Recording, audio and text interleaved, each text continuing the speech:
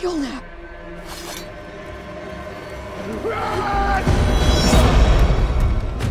I will avenge you, father! I will save you, mother! I will kill you, Fiona! I will avenge you, father. I will save you, mother. I will kill you, Fiona. Salut, c'est Zoxip. Salut, c'est Joker. On vient de voir The Northman et on vous dit ce qu'on en a pensé en 5 points.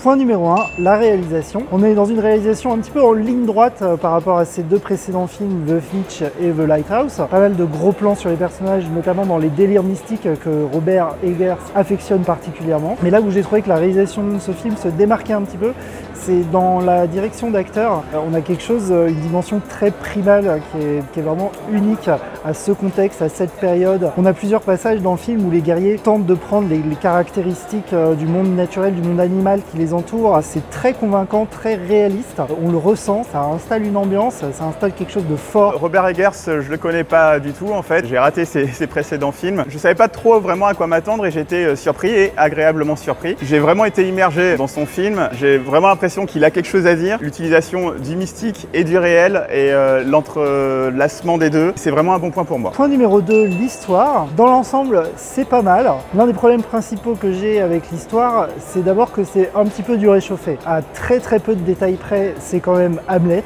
ou le Roi Lion. Des petits détails quand même qui parviennent à maintenir mon intérêt. Le scénario cherche peut-être même à en faire trop. On introduit un personnage féminin, le personnage féminin principal joué par Anya Taylor-Joy. Ce personnage a très peu d'impact sur l'histoire principale. Vraiment, ce film aurait pu être l'histoire d'un seul protagoniste, il n'aurait rien perdu. Mais quand même, un bon point, c'est que c'est une histoire simple, mais c'est une histoire cohérente. Déjà, il faut savoir que c'est une adaptation du mythe qui a inspiré Shakespeare pour son Hamlet. On est vraiment dans une histoire vieille comme le monde, de vengeance, bête et méchante. Mais malgré ça, il y a quand même un certain nombre de subtilités intéressantes à suivre et à regarder, qui a vraiment cette dichotomie entre le mystique, le réel, qui modifie un peu la donne. C'est vrai que ça peut dérouter si on attend un film de baston historique, là on va pouvoir être déçu. On est vraiment dans cette saga au sens premier du terme, dans ce mythe qu'on nous raconte, dans la poursuite d'une tradition orale qui vient des ancêtres vikings, etc. Quand on se met dans cet état d'esprit-là, on peut réellement apprécier le film. Point numéro 3,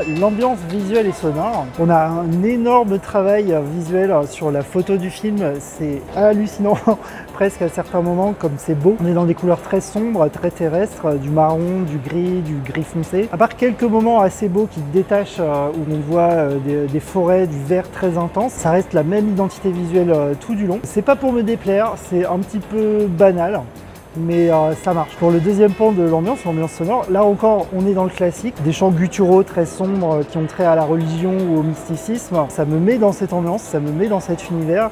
Dès la première scène du film, j'étais vraiment à fond dedans. Déjà pour commencer, l'utilisation des décors naturels de l'Islande, c'est presque triché, c'est déjà tellement magnifique que voilà, ça match forcément. Vraiment l'esthétique de la scène finale m'a vraiment pris au trip. Également le prologue qui nous met tout de suite dans l'ambiance. Finalement, on a un peu ce parallèle quelque part au niveau sonore avec la culture amérindienne, ne serait-ce qu'effectivement au niveau de l'utilisation des chants, au niveau le côté un peu chaman, le côté les danses autour du feu, ce genre de choses. On retrouve un peu ce côté western nordique et ça marche vraiment beaucoup chez moi. Point numéro 4, l'acting. Moi, mon acteur préféré dans ce film, ça a été l'un de ceux qui apparaît le moins, c'est-à-dire Ethan Hawke. Il a quelque chose de primal, de bestial, qui marche à fond pour son personnage. Là où l'acting pêche un tout petit peu, ce sont les deux personnages féminins principaux. Nicole Kidman, parce qu'elle n'arrive pas complètement à se défaire de son accent australien. Elle est moins à l'aise que les autres acteurs avec qui elle interagit. Et le problème avec Anya Taylor-Joy, on lui donne rien de très consistant à jouer. Son personnage n'a pas d'impact sur l'histoire et donc du coup par conséquent son jeu n'a pas d'impact émotionnel sur moi. Au niveau de l'acting, globalement je trouve que ça fonctionne bien. On reconnaît pas finalement les acteurs derrière leur personnage,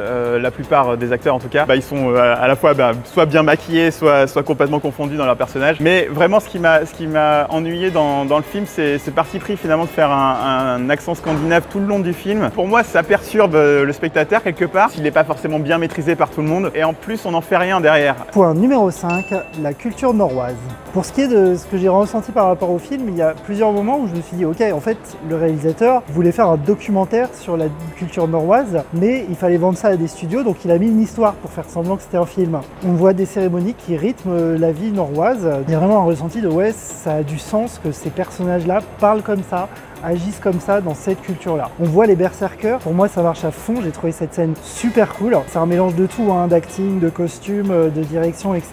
Il y a beaucoup de mysticisme, de religion, mais voilà, tout ça c'est un showcase de la culture norroise. Si vous êtes intéressé par ça, c'est vraiment un film à voir. J'ai vraiment apprécié les détails sur la reconstitution historique. J'ai vraiment aimé au début la scène d'initiation du jeune prince, pareil, la transe des berserks et tout ce côté de lien avec la nature. Tout ça permet une immersion vraiment complète pour le spectateur à partir du moment où il est capable de faire son pas de côté par rapport à ça. Donc en conclusion, c'est un film quand même plutôt cool, que j'ai plutôt bien aimé, mais il y a des petits défauts qui cassent le truc un petit peu par-ci par-là. On nous vend un royaume médiéval et quand tu vois le truc, c'est 3 fermes avec 5 gars, c'est pas un royaume. Pour moi ça casse un petit peu le truc, il aurait dû y avoir un poil plus de budget pour faire quelque chose d'un petit peu mieux. Ça reste quand même un bon film, j'ai plutôt kiffé et je vais lui mettre un 7,5 sur 10. C'était une vraie bonne expérience devant ce film. J'ai été assez surpris sur ce que m'a proposé ce film, cette immersion dans la culture norroise. Il y a un côté gore assez important dans le film qui prend aux tripes et qui est complètement justifié. Et